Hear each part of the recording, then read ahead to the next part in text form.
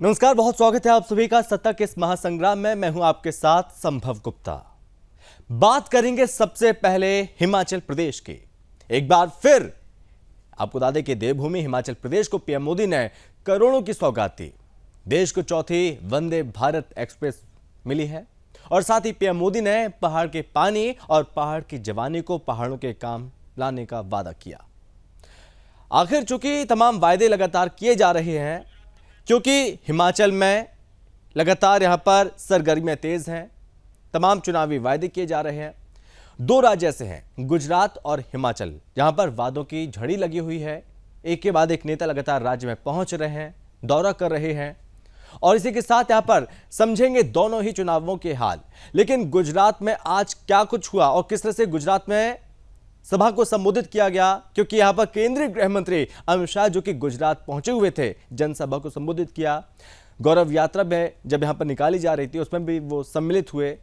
जो राज्य सरकार की तमाम योजनाएं हैं, जो विकास के कार्य, उसका प्रचार लगातार किया जा रहा है। और क्या कुछ कोशिश है बीजेपी की और साथ ही साथ अन्य दलों की, तमाम चीजों को समझने की कोशिश करेंगे, इसी पर करेंगे चर्चा। लेकिन उससे पहले आपको एक रिपोर्ट दिखाते हैं।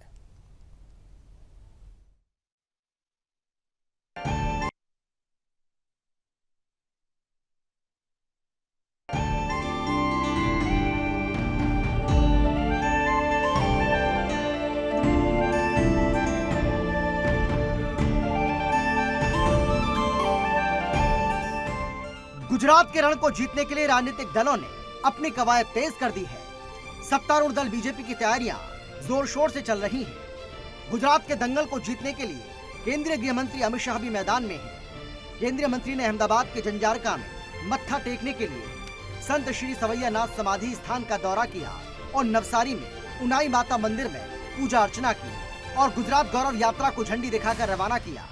गौरव यात्रा के जरिए बीजेपी सूबे में मिशन रिपीट की तैयारी में है, तो वहीं दूसरी ओर आम आदमी पार्टी भी दिल्ली मॉडल लेकर मैदान में है और कांग्रेस भारत जोड़ो यात्रा से काफी उत्साहित है। राज्य में सरकार बनाने का दावा ठोक रही है, लेकिन बीजेपी ने आप और कांग्रेस के खिलाफ गौरव यात्रा का मास्टर स्ट्रोक खेल दिया है और राजनीतिक पंडितों का कहना है कि गौरव यात्रा का बीजेपी को बहुत फायदा मिलेगा, क्योंकि यात्रा सूबे की सभी विधानसभा सीटों तक पहुँचेगी और सरकार की जन कल्याणकारी योजनाओं को जन जन तक पहुँचाएगी। बीजेपी ने 16 राष्ट्रीय नेताओं और 14 राज्य नेताओं को गौरव यात्रा में साथ देने के लिए नियुक्त किया है। बीजेपी को उम्मीद है कि गौरव यात्रा से मिशन रिपीट के रास्ते आसान होंगे। अब देखना बड़ा ही दिलचस्प होगा कि बीजेपी के वादों पर जनता को कितना एतबार है। Bureau report, Sudarshan news.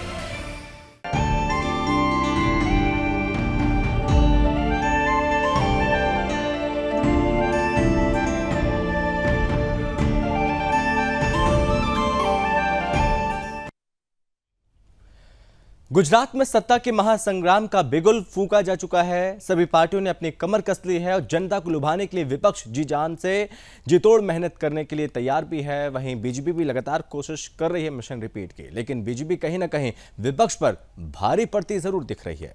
BJP की ओर से गुजरात रण की कमान गृह मंत्री अमित शाह संभाल रहे हैं। इसी के साथ यहाँ पर केंद्रीय गृह मंत्री अमित शाह ने कर्णवती से गुजरात गौरव यात्रा को झंडी दिखाकर रवाना किया। गौरव यात्रा का मिशन क्या है, क्या बीजेपी फिर से जीत पाएगी गुजरात का रण, ये तमाम चीजें समझने की कोशिश करेंगे, इसी पर करेंगे चर्चा। हमारे साथ मेहमान भी जुड़ गए, उनका भी परिचय आपसे करवाएंगे। लेकिन इस बीच यहाँ पर जो गुजरात का रण है वो बेहद ज़्यादा महत्वपूर्ण हो जाता है, क्योंकि यहाँ पर बीजेपी जीतोड़ मेहनत कर रही है मिशन रिपीट के लिए और कांग्रेस भी मेहनत कर रही है। तमाम वायदे यहाँ पर किए जा रहे हैं और हो सकता है कि आगे आने वाले समय में कांग्रेस के तमाम बड़े नेता जो कि यहाँ पर चुनाव प्रचार करते हुए नजर आए। साथ ही साथ इस बीच कांग्रेस के बीजेपी के सामने बड़ी चुनौती हो गई है आम आदमी पार्टी। क्या गुजरात में त्रिकोणीय स्थिति बन चुकी है आम आदमी पार्टी के आ जाने से? चूंकि 5 राज्यों में चुनाव हुए और इसके बाद यहाँ पर पंजाब में जो करिश्मा करके दिखाया है आम आदमी पार्टी ने, उसके बाद यहाँ पर इस जीत से हतोत्साहित है और इसके बाद अब धीरे धीरे कदम बढ़ा रही है अन्य विधानसभा चुनावों में। अन्य विधानसभा के लिए जैसे कि गुजरात, हिमाचल में भी बिगुल फूंकने जा रही है आम आदमी पार्टी। आम आदमी पार्टी ने भी ऐलान कर दिया वो गुजरात की सभी विधानसभा सीटों पर चुनाव लड़ेगी और ये जो चुनाव है बेहद ज़्यादा महत्वपूर्ण हो जाता है, क्योंकि इससे पहले हमने देखा कि तमाम राजनेताओं का पार्टी बदलने का जो सिलसिला है वो लगातार जारी था। इससे पहले यहाँ पर कांग्रेस को कई बड़े झटके लगे, लेकिन क्या इन झटकों से कांग्रेस उबर पाएगी, ये भी महत्वपूर्ण होगा। लेकिन तमाम चीज़ें समझेंगे। इसी के साथ आम आदमी पार्टी जो कि लगातार फ्री की बातें कर रही है, चुनावी वायदे किए जा रहे हैं, क्या इस वायदे से फायदा होगा आम आदमी पार्टी को, इन तमाम चीज़ों को समझने की कोशिश करेंगे। लेकिन सबसे पहले हम अपने ब्यूरो चीफ का रुख करेंगे और तमाम चीज़ों को अभी समझ लेते हैं। उत्कल ठाकुर हमारे साथ जुड़ चुके हैं। सबसे पहले उत्कल, आज क्या कुछ हुआ गुजरात की धरती में और किस तरह से चुनावी बिगुल जो कि पहले फूका जा चुका है, उसके बाद से लगातार दौरे पर दौरे हो रहे हैं, पहले नड्डा और अब केंद्रीय गृह मंत्री अमित शाह। गुजरात का चुनाव बिल्कुल दस्तक पर है। दिवाली के बाद किसी भी समय गुजरात के चुनाव की घोषणा हो सकती है। इससे पहले भारतीय जनता पार्टी ने अपना पूरा जोर गुजरात के चुनाव पर लगा दिया है। 2024 में जो लोकसभा के चुनाव होंगे उसमें गुजरात का चुनाव और गुजरात के चुनाव का परिणाम सबसे ज्यादा महत्वपूर्ण रहेगा। उसका आधार गुजरात के चुनाव के परिणामों पर है। इसीलिए भारतीय जनता पार्टी ने किसी भी प्रकार की चूक न करते हुए, किसी भी प्रकार के ताल मटोल न करते हुए पूरा जोर, पूरी ताकत गुजरात के चुनाव पर लगाई है। कल गुजरात के 133 विधानसभा क्षेत्रों को कवर करते हुए गुजरात गौरव यात्रा भारतीय जनता पार्टी ने निकाली है, जिसका हरी झंडी भारतीय जनता पार्टी के राष्ट्रीय अध्यक्ष जेपी नड्डा ने बताई। और आज नवसारी के उनाई से जो गौरव यात्रा का प्रारंभ हुआ, जो कि मध्य गुजरात के फागवेल और उत्तर गुजरात के अंबाजी तक यात्रा जाने वाली है, और सौराष्ट्र के झांझरका में जो गौरव यात्रा का प्रारंभ किया वो केंद्रीय गृह मंत्री अमित शाह ने करवाया। इससे आप अंदाजा लगा सकते हैं कि गुजरात में भारतीय जनता पार्टी ने गुजरात के चुनाव को कितनी गंभीरता से लिया है। गुजरात की गौरव यात्रा जो 5 जोन में और 133 ग्रामीण विधानसभा क्षेत्रों को कवर करेगी, उसमें सब जगह पर जो हरी झंडी दिखाने का काम है, जाहिर सभा संबोधित करने का काम है, वो केंद्र के मंत्री करेंगे और केंद्र के पदाधिकारी करेंगे। इससे भी आप गुजरात गौरव यात्रा की गंभीरता और उससे आने वाले परिणामों की आप समझ ले सकते हैं। जी। क्या उत्कल भारत जोड़ो यात्रा का जवाब है बीजेपी की गौरव यात्रा?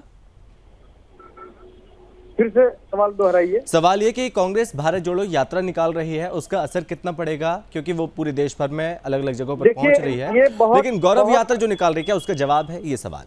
नहीं, ये आप बहुत अच्छा सवाल किया। देखिए, 2 दिन पहले 3 दिन का दौरा करके प्रधानमंत्री गुजरात से गए हैं। आपको एक रोचक बात बता दूं कि अब तक गुजरात का चुनाव जो है वो भारतीय जनता पार्टी और आम आदमी पार्टी के बीच लड़ा जा रहा था। ऐसा मैसेज गुजरात की जनता में गया था। क्योंकि आम आदमी पार्टी इतनी आक्रामक हुई है कि अब तक जितने भी वाक युद्ध हुए हैं या सामने आक्षेप प्रति आक्षेप और जवाब लेना देना जो प्रक्रिया हुई है वो भारतीय जनता पार्टी और आम आदमी पार्टी के बीच हुई है। कांग्रेस कहीं चित्र में ही नहीं ऐसी स्थिति दिख रही थी। प्रधानमंत्री ने एकदम गुगली लगा दी। देखिए, गुजरात के चुनाव में नहीं, देश के चुनाव में भी जो चौसर बिस्ती है वो प्रधानमंत्री नरेंद्र भाई बिछाते हैं, उसके जो मोहरे हैं वही सेट करते हैं। नरेंद्र भाई ने गुजरात के चुनाव में कांग्रेस को सक्रिय करने के लिए 3 दिन का उनका जो दौरा रहा उसमें कांग्रेस के ऊपर ही आक्षेप किए और कांग्रेस को एक साइलेंट पावर बता दिया। उन्होंने कहा कि आप कांग्रेस को टेकन फॉर ग्रांटेड मत लीजिए, कांग्रेस एक साइलेंट पावर है, उसमें शक्ति है, अभी कांग्रेस में जान बाकी है, यानी कि कांग्रेस अभी जिंदा है। यानी कि आप समझ सकते हैं कि आम आदमी पार्टी को साइलेंट करने के लिए, साइडलाइन करने के लिए प्रधानमंत्री ने कांग्रेस में जोम लगाया, कांग्रेस में दम लगाया ताकि कांग्रेस फ्रंट लाइन पर आए। इससे आप समझ सकते हैं कि कांग्रेस की भारत जोड़ो यात्रा का गुजरात में कोई असर नहीं है। कांग्रेस बिल्कुल साइलेंट है, लेकिन प्रधानमंत्री ने कांग्रेस को चित्र में लाने के लिए 3 दिन सिर्फ और सिर्फ कांग्रेस पर ही प्रहार किए, आम आदमी पार्टी का कहीं कोई जिक्र नहीं किया। जी, लेकिन क्या राहुल गांधी यात्रा में है जो अभी हैं उत्कल, क्या यात्रा को बीच में छोड़कर क्या प्रचार में शामिल हो सकते हैं? क्योंकि अभी ऐसी कोई जानकारी सामने नहीं आई है कि आपके किसी बड़े नेता ने यहाँ पर कोई जनसभा की हो, कि जिस तरह से आम आदमी पार्टी और जिस तरह से भारतीय जनता पार्टी लगातार दौरे कर रही है, उनके नेता लगातार दौरे कर रहे हैं और अलग अलग विधानसभा क्षेत्रों में जाकर जनसभा को संबोधित कर रहे हैं। इसी बात का प्रधानमंत्री ने उल्लेख किया कि कांग्रेस कहीं चित्र में नहीं दिख रही है। इसके कारण कार्यकर्ता को कांग्रेस को टेकन फॉर ग्रांटेड नहीं लेना चाहिए। हाँ। कांग्रेस को नजरअंदाज नहीं करना चाहिए। कांग्रेस ने अपनी स्ट्रेटेजी बदली है, क्योंकि जब जब राहुल गांधी और सोनिया गांधी का गुजरात में दौरा हुआ है, उन्होंने कोई न कोई लोचा किया है बोलने में, या किसी राजनीतिक बवंडर को उन्होंने जन्म दिया है। इसीलिए कांग्रेस ने इस बार स्ट्रेटेजी बदली है और बिल्कुल साइलेंटली ग्रामीण क्षेत्रों में जाकर के ग्रामीण मतदाताओं को मिलना, जातीय ध्रुवीकरण करना, जातीय विद्वेष पैदा करना और नीचे जा करके कांग्रेस का प्रचार करना। ये उल्लेख मैं नहीं कर रहा हूँ, ये शब्द प्रधानमंत्री ने अपने 3 दिन के दौरे में जितनी भी जाहिर सभा करी उनमें किया है। इससे आप समझ सकते हैं कि कांग्रेस ने अपनी स्ट्रेटेजी बदली है।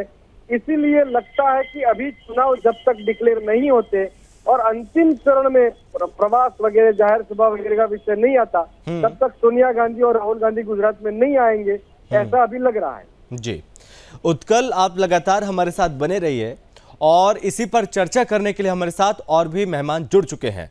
परिचय करवाते हैं, हमारे साथ नरेंद्र कुमार हैं, आप प्रवक्ता। नरेंद्र जी, बहुत स्वागत है आपका। और सुनील ठाकुर हैं, बीजेपी नेता। सुनील ठाकुर जी, आपका बहुत स्वागत है।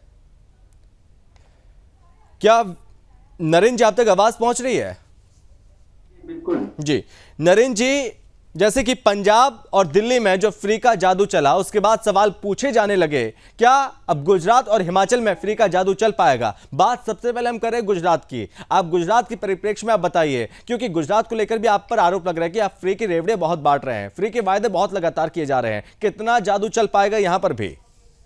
देखिए, मैं आपको बताना चाहता हूं कि आम आदमी पार्टी ने दिल्ली में जो करके दिखाया है, आज जो गुजरात के अंदर आम आदमी पार्टी कह रही है और जो गारंटियां दी जा रही हैं गुजरात के अंदर, गारंटी उसको क्यों कह रहे हैं? उसको गारंटी इसलिए कह रहे हैं क्योंकि हमने वो दिल्ली में और पंजाब में करके दिखाया है, इसलिए हम उसको गारंटी कह रहे हैं। और अरविंद केजरीवाल जो कहते हैं वो करके दिखाते हैं, ये देश की जनता, दिल्ली और पंजाब सारी जनता जानती है और आज गुजरात की जनता भी इस पर भरोसा कर रही है। दूसरी तरफ भारतीय जनता पार्टी क्या कर रही है?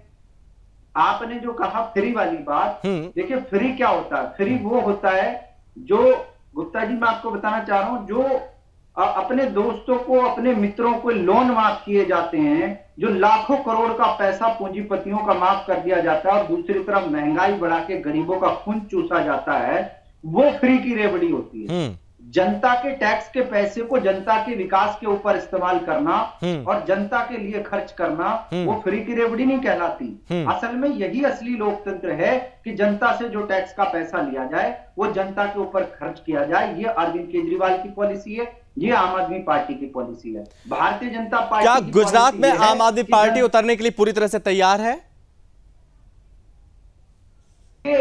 भारतीय जनता पार्टी की पॉलिसी है। जी, आपने क्या सवाल किया? सवाल ये, पूरी तरह से आम आदमी पार्टी तैयार है गुजरात में उतरने के लिए अभी, ये मानकर चले?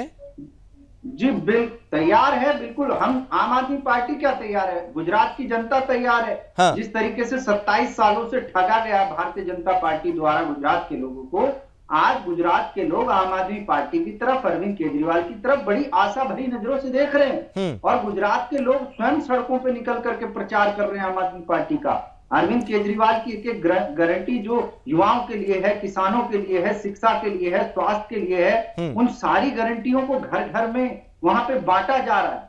ये फ्री की रेवड़ी नहीं है, इसको रेवड़ी कहना बंद करें। रेवड़ी वो है जो भारतीय जनता पार्टी अपने पूंजीपति दोस्तों के लाखों करोड़ बांट रही है जी। ये तो जनता के ऊपर पैसा खर्च कर रहे हैं, ये असली लोकतंत्र है और सारी पार्टी। सुनील ठाकुर जी, सुनील जी आप तक आवाज पहुंच रही है?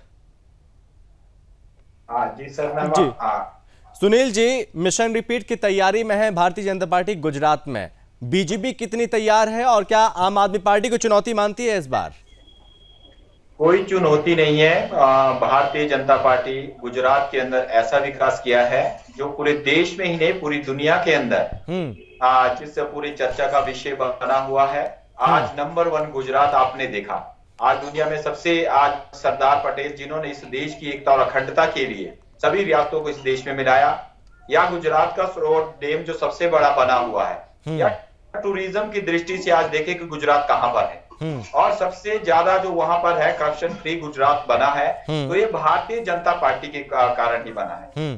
आज देश ही नहीं पूरी दुनिया के जो यशस्वी प्रधानमंत्री बने हैं वो गुजरात के कारण ही बने हैं। और गुजरात के अंदर कोई भी चुनौती नहीं है, वो पार्टी कभी चुनौती नहीं है जो इस देश की संस्कृति का, इस देश के राष्ट्रवाद का जो अपमान करती है और देश को तोड़ने वाले हैं, जो दिल्ली के अंदर जो देश के टुकड़े टुकड़े करने वालों का, जो उनको पोषित करने वाली ये जो आम आदमी पार्टी है, इसको पूरी देश से नकार दिया है।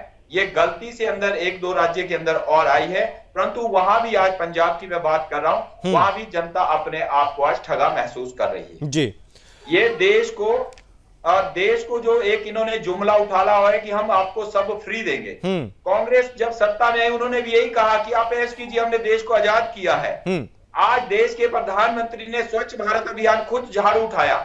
ये देश मेरा नहीं है, ये देश हम सब 130 करोड़ देशवासियों का है। इसको साफ बनाने के लिए, लेकिन सुनील जी, भ्रष्टाचार मुक्त चुनाव एकदम साफ सुथरे होने चाहिए, बनाने के लिए आम जनता को आगे बढ़ना पड़ेगा। और ये पहली बार ऐसा हुआ है जब देश के अंदर प्रधानमंत्री नरेंद्र मोदी जी बने हैं। चाहे जनधन खाते की बात हो, आज जो व्यक्ति कभी बैंक से नहीं जुड़ा था, जीरो बैलेंस पे उसका खाता खोला जाए। आज जो नरेंद्र जी, भयानक बीमारी जब देश के अंदर आती है तो उनके अकाउंट में सीधा पैसा तभी जा पाया, और लाखों लोगों की जिंदगी को यदि वो कोरोना से नहीं मरते परंतु भूख से मर सकते थे।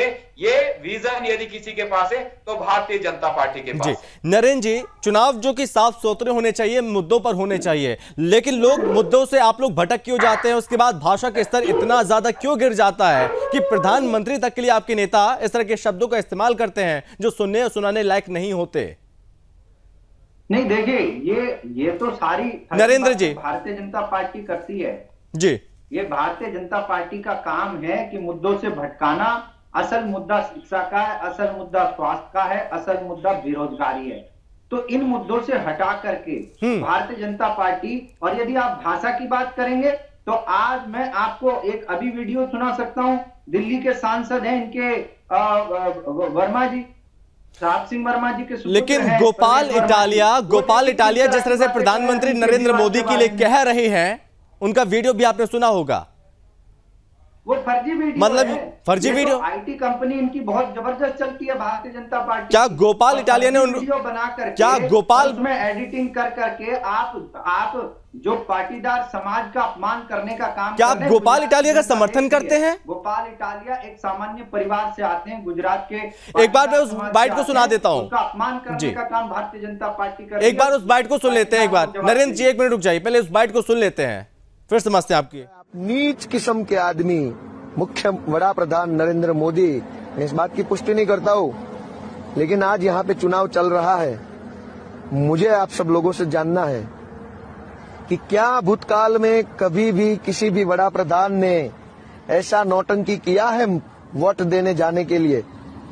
ये नीच किस्म का आदमी यहाँ पे रोड शो कर रहा है और दिखा रहा है कि कैसे मैं पूरे देश को सी बना रहा हूँ। सी फॉर, समझ लीजिएगा, मैं कैसे इस पूरे भारत देश को सी बना रहा हूँ। मैं बात करता हूँ डिजिटल इंडिया की और खुद दिल्ली से दौड़ा दौड़ा यहाँ पे वोट देने आता हूँ।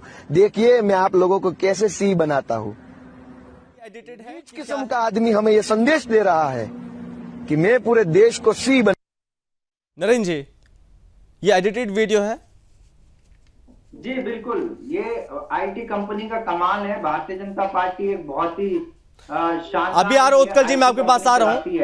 आपको याद होगा एक और वीडियो आया है सामने, आपने सुना होगा जी। दूसरा वीडियो भी सुना होगा आपने? नहीं, दूसरा नहीं सुना आपने। उत्कल का रुख कर लेता हूं। उत्कल आप बोलिए। उत्कल, इनका कहना है कि एडिटेड वीडियो है। नहीं, ऐसा है कि गोपाल इटालिया जब आम आदमी पार्टी में नहीं जुड़े थे तो वो पास के कार्यकर्ता थे और उन्होंने फिर पास को भी छोड़ दिया था, या यूं कहे कि पास ने गोपाल इटालिया को छोड़ दिया था। ये पहले पुलिस में काम करते थे, पुलिस में से वो बरतरफ किए हुए कर्मचारी है। उनके ये रुख के कारण ही उनको ज्यादातर दिक्कतों का सामना करने में आया है। संभव जी, आपने बहुत सटीक और सही बताया, ये एकमात्र वीडियो नहीं है, ऐसे कई दर्जनों वीडियो उनके ट्विटर हैंडल पर और सोशल मीडिया पर अवेलेबल है, जिनमें उन्होंने हिंदू धर्म के प्रति, हिंदू आस्था केंद्रों के प्रति, हिंदू महिलाओं के प्रति, हिंदू कथाकारों के प्रति, हिंदू रिचुअल्स के प्रति अपनी भड़ास निकाली है। भड़ास के वो शब्द तो शायद अच्छा लगेगा, उन्होंने अभद्र टिप्पणियां की है। जैसे जो वीडियो आपने यहाँ चलाया वो नरेंद्र भाई के प्रति उनके विरोधी भी नहीं बोलेंगे या नहीं बोल सकते, ऐसी भाषा का प्रयोग उन्होंने किया है। आपको एक बात जोड़कर बता दूं, जिसका जवाब आम आदमी पार्टी के जो प्रवक्ता यहाँ बैठे हैं, सम्मानित प्रवक्ता, वो बताएं कि दिल्ली महिला कमीशन ने उन पर ये केस दर्ज किया है और उसी वीडियो के आधार पर आज उनकी सुनवाई के लिए उनकी गिरफ्तारी भी हुई है, उनको दिल्ली तलब किया गया है। नरेंद्र जी, इसका भी जवाब उनको देना चाहिए। नरेंद्र जी बोलिए। ऐसे दर्जनों वीडियो है, इसीलिए नरेंद्र जी एक वीडियो नहीं, दर्जनों वीडियो है। ये भाषा पहले इस्तेमाल की गई है, जो वीडियो सामने आ रहे हैं, और ऐसे लोगों को आपने अपनी पार्टी में ले लिया। नहीं, देखिए, ये तो हमारी जानकारी में है कि भारतीय जनता पार्टी किस तरीके से आम आदमी पार्टी के नेताओं को एक एक करके फर्जी केसों में फंसाने का काम कर रही है, उठाने का काम कर रही है, जिससे उनको खतरा लगता है, जहां से भी उनको मतलब किसी तरह नरेंद्र जी आपको इतना पता है कि आपके नेताओं को फर्जी केसों में उठाया जाता है, फंसाया जाता है, आपको ये नहीं पता कि आपके नेता कैसे हैं, आपको इस बात का नहीं पता? नहीं, ये तो आरोप है ना सर। जांच कराइए, वीडियो का जांच कराइए, उसके बाद जब क्लियर होगा तो पता चल जाएगा, सच्चाई सामने आ जाएगी। हम कहाँ कह रहे हैं, आप तो जांच कराने में माहिर हैं, आप तो कभी भी सीबीआई ईडी देते हैं किसी के भी द्वारे पे, तो जांच कराइए ना सर। उत्कल बोलिए। आपके सम्मानित प्रवक्ता पूरी तैयारी से नहीं आए हैं, उनको शायद पता नहीं है कि हमने जब सुदर्शन पर ये पहली बार वीडियो चलाया, उसके दूसरे दिन गोपाल इटालिया ने प्रेस कॉन्फ्रेंस करी थी और ये वीडियो उनका ही है जी, और आम आदमी पार्टी में जुड़ने के पूर्वाश्रम। लेकिन आपके प्रवक्ता इस बात को नहीं मानेंगे। उत्कल, क्या इटालिया की गिरफ्तारी हो चुकी है, उन्हें हिरासत में लिया गया, इस तरह की कोई जानकारी? कराने में तो भारतीय जनता पार्टी माहिर है, जांच करा लीजिए। मैं कहाँ कह रहा हूँ, कहाँ मना कर रहा हूँ। सुनील जी, वीडियो की जांच कराइए, गिरफ्तार कर लीजिए, फांसी चढ़ा दीजिए। जो सुनील जी, क्या इन शब्दों का इस्तेमाल करके चुनाव लड़े जाएंगे आप? कि जब गुजरात का सुनील जी प्रचार पीक पे है, जी बोलिए, उठा लेते हैं, ये आपकी नीयत को दर्शाता है। देखिए, देश के अंदर पहले कांग्रेस पार्टी ने जो किया, चाहे लॉर्ड मैकाले की शिक्षा पद्धति हो, डिवाइड एंड रूल हो, आज उसी पद्धति को कांग्रेस मुक्त बन रहा है देश, तो उसको आगे बढ़ाने का काम, देशद्रोहियों को सम्मानित करने का काम, और देश के यशस्वी प्रधानमंत्री को इतने बुरे शब्द इन्होंने कहा है, इस पर कहा कि पार्टी को तो तुरंत बैन करना चाहिए, और ऐसे व्यक्ति जो देश के चुने हुए विश्व का सबसे बड़ा जो लोकतंत्र है, और उसके अंदर जो प्रधानमंत्री है, वो कहते कि नौटंकी, जिनको सुनने के लिए, देखने के लिए आज हजारों नहीं लाख लोग में उतर आते हैं, और देश का गरीब व्यक्ति हो, देश का किसान, सम्मान निधि किसान हो, उसको सम्मानित करने के लिए, और हमारे देश की 7 करोड़ से ज्यादा गरीब महिलाओं को जिन्होंने धुएं से मुक्त करने का काम जिन्होंने किया है, वो लोग आज प्रधानमंत्री से मिलने के लिए आते हैं, जिनके जनधन खाते खोले गए और कोरोना जैसी बीमारी से 25 लाख लोगों की। लेकिन सुनील जी, नरेंद्र जी का ये भी कहना है कि बीजेपी के ऐसे कई नेता जो इस तरह के बयान देते हैं, इस तरह के शब्दों का इस्तेमाल करते हैं। चलिए सुनील जी, आप लगातार बने रहिए हमारे साथ, और भी मेहमान हमारे साथ लगातार बने रहेंगे, लेकिन वक्त एक छोटे से ब्रेक का, क्योंकि गुजरात में सत्ता की महासंग्राम का बिगुल फूंका जा चुका है। इसी के बाद अब बात होगी हिमाचल की, क्योंकि हिमाचल में भी जो तैयारियां हैं जोरों से हैं, और किस तरह की तमाम तैयारियां सभी दलों ने की हुई हैं और क्या कुछ चल रहा है हिमाचल में, उसको लेकर भी चर्चा करेंगे। लेकिन वक्त एक छोटे से ब्रेक का, फौरन लौटेंगे।